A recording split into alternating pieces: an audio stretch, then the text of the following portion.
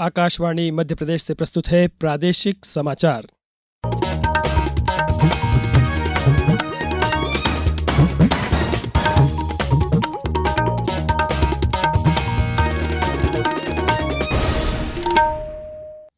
नमस्कार, समाचारों के साथ मैं नवनीत चौबे। सबसे पहले इस बुलेटिन के मुख्य समाचार।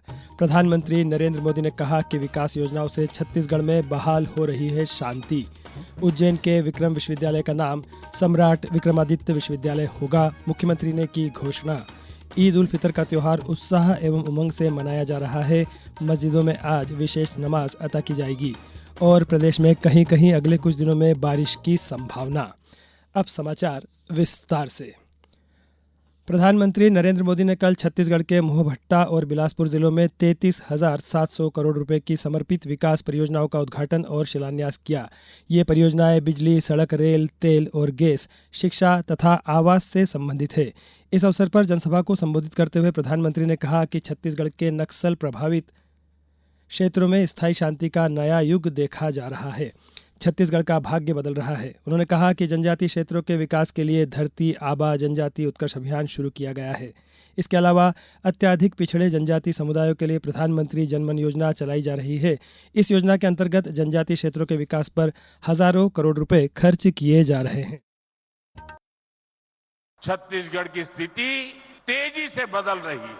जब सुकमा जिले के एक स्वास्थ्य केंद्र को राष्ट्रीय गुणवत्ता प्रमाण पत्र मिलता है तो नया विश्वास जगता है।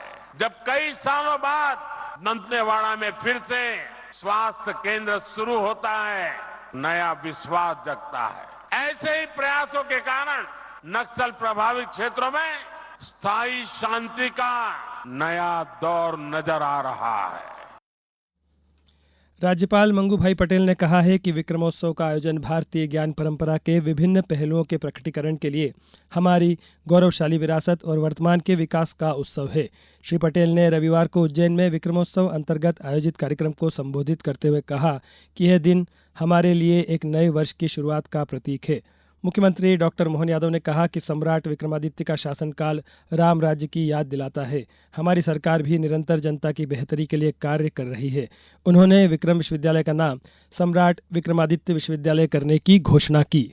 महामहिम की अनुमति से एक घोषणा करना चाह रहा हूँ। विक्रम विश्वविद्यालय में हमारे विक्रमादित्य का नाम हमको मालूम है कि विक्रमादित्य के नाम पर है, लेकिन जो नहीं जानते उनको ये अटकता है। तो मैं आप उनकी अनुमति से घोषणा करता हूँ। सरकार, विश्वविद्यालय का शिक्षा मंत्री जी भी सहमत है। आने वाले समय में सम्राट विक्रम विश्वविद्यालय विक्रमादित्य के नाम पर जाना जाएगा। सम्राट विक्रमादित्य विश्वविद्यालय के नाम से इसको नामकरण किया जाएगा। केंद्रीय कानून राज्य मंत्री डॉक्टर अर्जुन राम मेघवाल ने कहा कि सम्राट विक्रमादित्य के शासन का प्रभाव अफगानिस्तान तक था। श्री मेघवाल ने कहा कि राजस्थान और मध्य प्रदेश में टूरिस्ट सर्किट बनाए जाने के लिए कार्य योजना बनाई जाएगी। केंद्रीय महिला एवं बाल विकास राज्य मंत्री सावित्री ठाकुर ने किसानों से आगामी सीजन में कम से कम 1 एकड़ में श्री अन्न एवं जैविक खेती की शुरुआत करने का आग्रह किया है। धार में राज्य मिलेट मिशन योजना अंतर्गत आयोजित 2 दिवसीय जिला स्तरीय कृषि विज्ञान मेले के समापन पर उन्होंने कहा कि जैविक खेती को अपनाने पर हम भारत को विकसित भारत बनाने के लिए संकल्पबद्ध होंगे और आगे बढ़ेंगे। इंदौर में रविवार को संपत्ति पंजीयन से रिकॉर्ड 40 करोड़ रुपए से अधिक का राजस्व संग्रहण किया गया। वरिष्ठ जिला पंजीयक दीपक शर्मा ने आकाशवाणी को बताया कि 2,200 से अधिक दस्तावेजों का पंजीयन करने पर यह राशि प्राप्त हुई है। इस वित्तीय वर्ष में 1,84,000 संपत्ति पंजीयन से अब तक 2,522 करोड़ रुपए के राजस्व का संग्रहण किया जा चुका है। श्री शर्मा ने बताया कि आज वित्तीय वर्ष के अंतिम दिन भी सभी पंजीयन कार्यालय खुले रहेंगे। 1 अप्रैल 2025 से जिले में संपत्ति पंजीयन के लिए नई गाइडलाइन दरें लागू हो जाएगी। साथ ही पंजीयन के लिए केवल संपदा 2.0 ही कार्य करेगा। 1 अप्रैल से संपदा 1.0 पर पंजीयन का कार्य नहीं होगा। अब समाचारों में वक्त है एक ब्रेक का। ये समाचार आप आकाशवाणी मध्य प्रदेश से सुन रहे हैं। ये समाचार बुलेटिन YouTube पर, Madhya Pradesh news all India radio channel पर और फेसबुक, साथ ही एक्स प्लेटफॉर्म पर AIR न्यूज भोपाल पेज पर सुने जा सकते हैं। इसके अलावा आप हमारी वेबसाइट newsonair.gov.in पर अथवा न्यूज ऑन AIR ऐप पर भी समाचार सुन सकते हैं। ब्रेक के बाद समाचारों में एक बार फिर आपका स्वागत है। ईद उल फितर आज पूरे देश में मनाई जा रही है। इसके साथ ही आज रमज़ान का महीना भी समाप्त हो रहा है।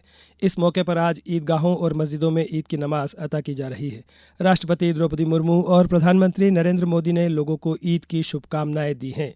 राष्ट्रपति द्रौपदी मुर्मू ने कहा कि ईद उल फितर रोज़ा और इबादत के पूरा होने का त्यौहार है।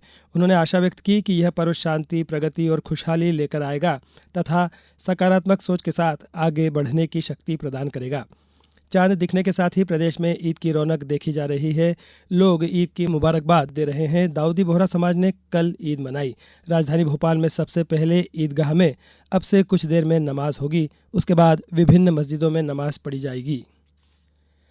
प्रदेश में कल से जल गंगा संवर्धन अभियान की शुरुआत हो गई है। अभियान की शुरुआत के अवसर पर भोपाल में कलियासोत नदी की साफ सफाई की गई। इस मौके पर महापौर मालती राय, जनप्रतिनिधियों और अधिकारी मौजूद रहे। अभियान के तहत जल स्रोतों की साफ सफाई कर लोगों को जल संरक्षण के लिए प्रेरित किया जाएगा। 3 महीने तक इस अभियान को चलाया जाएगा। अशोकनगर जिले की ग्राम पंचायतों में तालाब गहरीकरण का कार्य प्रारंभ किया गया है। कटनी जिले में जल संरचनाओं के निर्माण, जीर्णोद्धार और साफ सफाई का कार्य शुरू हुआ है। जिले के 36 तालाबों की मरम्मत एवं जीर्णोद्धार हेतु 3,44,69,000 रुपये की प्रशासकीय स्वीकृति प्रदान की गई है। इस संपूर्ण कार्य में 82,512 मानव कार्य दिवस का रोजगार सृजित होगा। मंडला में मां नर्मदा तट महिष्मती घाट पर अभियान आरंभ हुआ।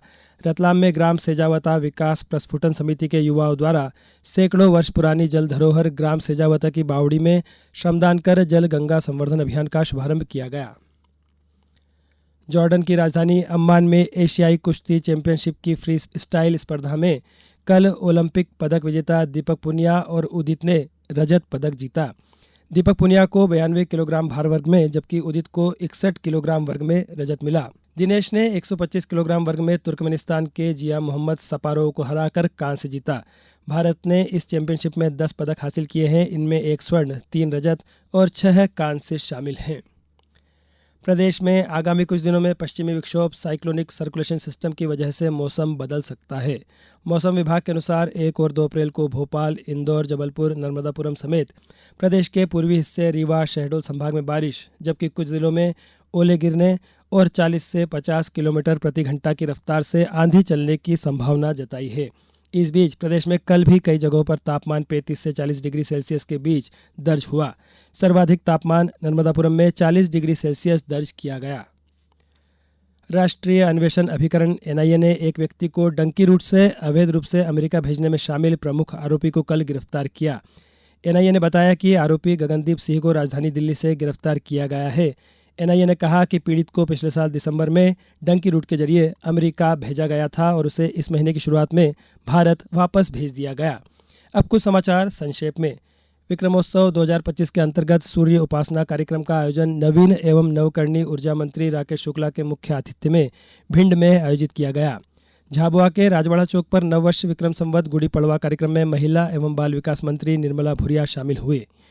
झाबुआ जिले के पेटलावद विकासखंड में ग्राम पंचायत रताम्बा में धमानिया तालाब स्थल पर जल गंगा संवर्धन अभियान का शुभारंभ किया गया। मुरैना में नई शिक्षा नीति के अंतर्गत निपुण भारत मिशन के लक्ष्यों को प्राप्त करने के लिए जिले के समस्त शासकीय प्राथमिक शालाओं में 29 मार्च को बुनियादी साक्षरता एवं संख्या ज्ञान मेलों का आयोजन किया गया। बैतूल में रविवार को चेती चांद और झूलेलाल जयंती पूज्य सिंधी पंचायत द्वारा धूमधाम से मनाई गई। मंडला में सिंधी समाज ने भगवान श्री झूलेलाल साई का जन्मदिवस चेटीचंड भक्ति भाव से मनाया। टीकमगढ़ के प्रधान जिला एवं सत्र न्यायाधीश प्रवीणा व्यास द्वारा कल सब जेल निवाड़ी का आकस्मिक निरीक्षण किया गया और भिंड जिले के प्रसिद्ध धार्मिक स्थल दंदरुआ धाम में हनुमान जयंती के पावन पर्व रेलवे के द्वारा इटावा से भोपाल के बीच 30 मार्च से 12 अप्रैल तक विशेष ट्रेन चलाना शुरू हो गई है। इस बुलेटिन में बस इतना ही। अगला बुलेटिन दोपहर 2:10 पर। नमस्कार।